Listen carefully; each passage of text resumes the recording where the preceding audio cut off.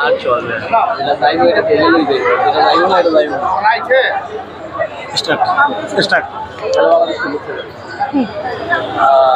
আমরা যেমনটা জানি যে 1971-এ যারা দেশের সপক্ষে যুদ্ধ করছে তারা মুক্তিযোদ্ধা, এবং এই জাতি মুক্তিযোদ্ধাকে খুব ভালোভাবেই জানে, চীনে আশেপাশে অনেক মুক্তিযোদ্ধা আছে।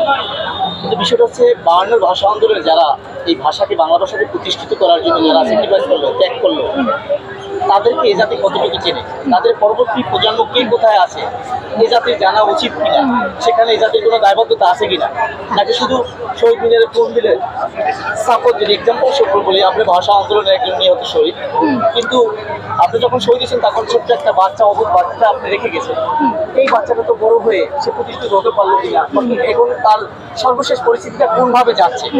এই জাতি যদি 1 টাকা করেও তাকে মনে করেন সাহায্য করে, তাহলে 20 কোটি টাকা পাশে ভালোভাবে জীবনযাপন করতে পারে।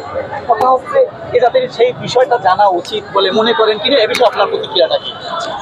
আমরা দেখেছি যে 71 সালে যারা তাদের জীবন দিয়েছে তাদের পরের জেনারেশনকে আমরা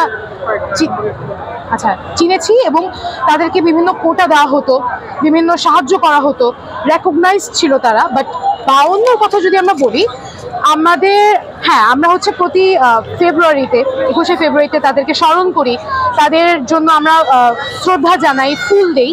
কিন্তু আপনি যেটা বললেন যে তাদের পরের জেনারেশনকেও আমাদের চেনা উচিত, তাদেরকে আমরা সেই রেকগনিশনটা যেন দিতে পারি, এটার জন্য আমাদের কাজ করা উচিত, বিভিন্ন অ্যাওয়ারনেস ক্রিয়েট করা উচিত।